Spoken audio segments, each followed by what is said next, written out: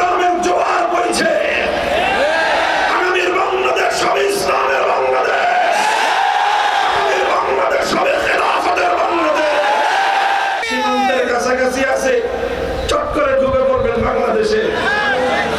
এই বাংলাদেশ সেই বাংলাদেশ নয়। আওয়ামী লীগের আরেকটা রাজনীতি ছিল, রাতের অন্ধকারে সংখ্যালঘু হিন্দু বৌদ্ধদের উপর কালনাগিনী হয়ে ছবল মারা আর দিনের আলোতে ওঝা হয়ে ঝাড়তে আসা। এইভাবে নাটক করে করে বাংলাদেশটাকে সাম্প্রদায়িক সংঘাতের আখড়ায় পরিণত করেছিল শেখ হাসিনা। এখন আর সেই নাটকের কলা কুশীলবরা নাই। এই জন্য বাংলাদেশের সংখ্যালঘুরা এখন নিরাপদে, এখন নিশ্চিন্তে আছে। ইনশাআল্লাহ এদেশে এখন ইসলামের জোয়ার বইছে। আগামীর বাংলাদেশ হবে ইসলামের বাংলাদেশ, আগামীর বাংলাদেশ হবে খেলাফতের বাংলাদেশ।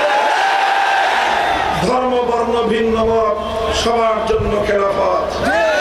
খেলাফতের ব্যবস্থায় হিন্দু সংখ্যালঘুরা, বৌদ্ধ খ্রিস্টান সংখ্যালঘুরা তাদের ধর্ম পালনের সম্পূর্ণ নিরাপত্তা ভোগ করবেন। তাদের ধর্মীয় উপাসনালয়গুলোর নিরাপত্তা নিশ্চিত করা হবে। সংখ্যালঘুদের বাসা বাড়ি এবং তাদের ব্যবসা প্রতিষ্ঠানগুলোর নিরাপত্তা নিশ্চিত করতে হবে। এভাবে সকলে মিলেমিশে একটি সুন্দর বাংলাদেশ আমরা তৈরি করব ইনশাআল্লাহ।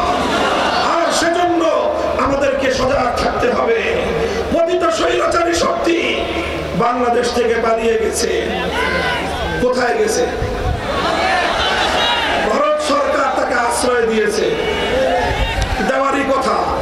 কারণ 15 বছর ভারতের এজেন্ডা বাস্তবায়ন করে বাংলাদেশের বিরুদ্ধে ষড়যন্ত্র করেছে শেখ হাসিনা।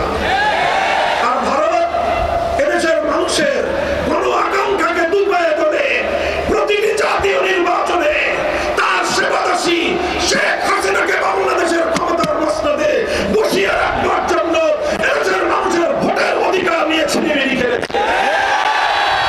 সারা আন্তর্জাতিক বিশ্বের সামনে বাংলাদেশকে ছোট করে রাখবার সমস্ত আয়োজন ভারত করেছে।